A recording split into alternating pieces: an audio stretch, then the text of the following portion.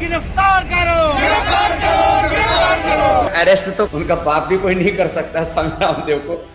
मैं डॉक्टर तरुण पुथारी, MBBS MD, और मैं स्वामी रामदेव जी के विचारों को उचित मानता हूँ। सर्जरी की जनक आयुर्वेद है।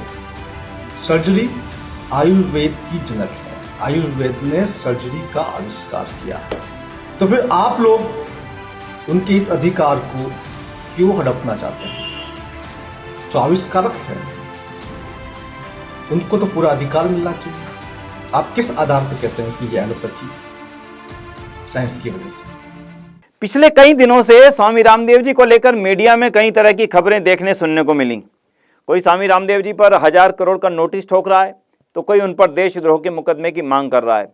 कोई कह रहा है कि बाबा को गिरफ्तार करो। मसलन स्वामी रामदेव जी को लेकर के ऐसा बवाल खड़ा किया जा रहा है जैसे बाबा जी ने देश पर कोई बहुत बड़ा आक्रमण कर दिया हो।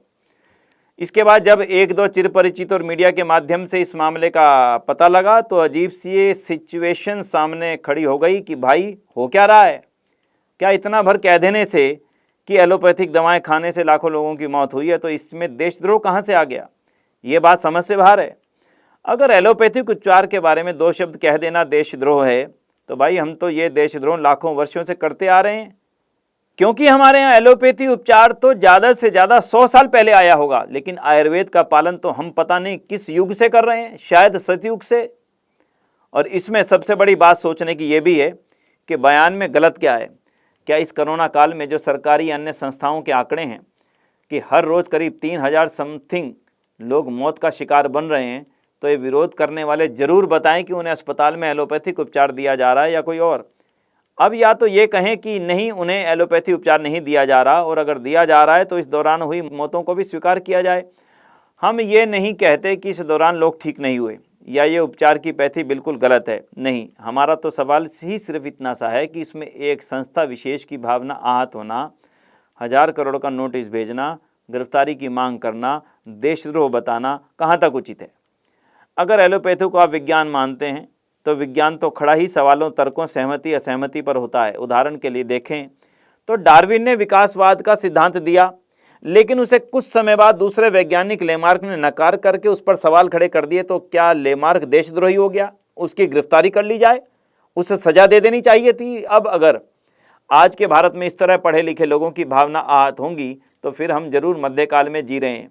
दूसरा, पिछले कुछ सालों में योग को लेकर के कितने लोगों ने मजाक बनाए, गोमूत्र से बनी दवाओं को लेकर के कितने भद्दे भद्दे मजाक मीम्स बनाए गए, कई बार आयुर्वेद पर तंज कसे गए, लेकिन कितने लोगों पर FIR हुई, कितनों को 1000 करोड़ तो छोड़ दो, क्या 5 रुपए का भी नोटिस भेजा गया? शायद मेरे संज्ञान में तो ऐसा कुछ नहीं है। इसके अलावा जो तीसरी बार स्वामी जी ने अपना बयान दिया, आपने उसका विरोध किया, चलो यहाँ तक मान लिया, लेकिन इसके बाद गिरफ्तारी की मांग, मुकदमा, नोटिस समझ से बाहर है। भाई आप ही तो कहते हैं कि कानून हमें अभिव्यक्ति की स्वतंत्रता का अधिकार देता है। अगर देश के टुकड़े टुकड़े वाले बयान देना, भारत माता को डायन बोलना, देवी देवताओं पर अपशब्द बोलना आपका अभिव्यक्ति की स्वतंत्रता का अधिकार है, तो आपको सोचना होगा स्वामी रामदेव जी भी इसी देश के नागरिक हैं, उनका भी कुछ मौलिक अधिकार होगा। या फिर आपकी अभिव्यक्ति आज़ाद है और दूसरों की अभिव्यक्ति आपकी गुलाम कि उसे आप सहन नहीं करेंगे। अब कोई बता रहा था कि जिस संस्था ने बाबा जी के खिलाफ ये सब किया है, उनका चीफ खुद कुछ महीनों पहले वैक्सीन से अधिक किसी यूरोप के किसी कथित भगवान पर ज़्यादा आस्था जता रहा था। क्या तब एलोपैथिक का अपमान नहीं हुआ था? या तब वैक्सीन एलोपैथी से बाहर हो गई थी? अब अगर एलोपैथी और आयुर्वेद की बात करें तो पूरी दुनिया, सिर्फ भारत ही नहीं, आयुर्वेद पर ही जिंदा है, ना कि एलोपैथी पर। कारण, हम सब्जी बनाते हैं, उसमें हल्दी, प्याज, जीरे के अलावा कई चीज़ें डालते हैं। क्या हम हल्दी को रंग के कारण डालते हैं? नहीं। अगर ऐसा होता तो उसमें कोई केमिकल कलर भी डाल सकते थे, लेकिन हल्दी के अपने औषधीय गुण हैं। थोड़ी सी खांसी हो तो चाय में अदरक डालना हो या तुलसी के पत्ते, या सिर्फ स्वाद के लिए नहीं बल्कि औषधीय गुणों के कारण उसको डालते हैं। कितने लोग ऐसे हैं जो खांसी में अदरक की जगह खांसी की cough syrup, T cold total डालते हैं। बस हमारा कहने का मतलब यही है कि हमारा जीवन बचपन से लेकर बुढ़ापे तक एलोपैथी से कहीं अधिक आयुर्वेद पर टिका है, यानी हमारा जीवन आयुर्वेद का हिस्सा है। हाँ, कई बार कुछ अवस्था में जल्दी स्वस्थ होने के लिए हम एलोपैथिक उपचार जरूर लेते हैं, पर इसका ये मतलब कतई नहीं है कि सिर्फ एलोपैथी ही उपचार की पद्धति है, क्योंकि हम अपना अधिकांश जीवन खान पान के माध्यम से ही सही आयुर्वेद पर आधारित जो है उसी को जीते हैं। इसी कारण आयुर्वेद जीवन का एक अलग आयाम और समझ से पैदा होता है। दूसरा, आयुर्वेद प्रणाली का एक बुनियादी हिस्सा हमें यह भी समझना है कि हमारा शरीर बस उसका एक ढेर है जो हमने इस धरती से पंच महाभूत इकट्ठे किए हैं। तभी आयुर्वेद में कहा जाता है कि इस धरती पर पाए जाने वाली हर एक जड़, हर एक पत्ता, हर एक पेड़ की छाल का अपना औषधीय गुण है। इसी कारण सेहत कोई ऐसी चीज़ नहीं है जो आसमान से आकर हमारे ऊपर गिरती है, बल्कि सेहत एक ऐसी चीज़ है जो हमारे भीतर से पैदा होती है, क्योंकि शरीर भीतर से बनता है, गुण धरती से आते हैं, जड़ी बूटी, साग सब्जी, दाल, अनाज के माध्यम से आते हैं। इसलिए अगर शरीर की मरम्मत का कोई काम करना है तो हमें निर्माता के पास जाना चाहिए, किसी लोकल मैकेनिक के पास नहीं।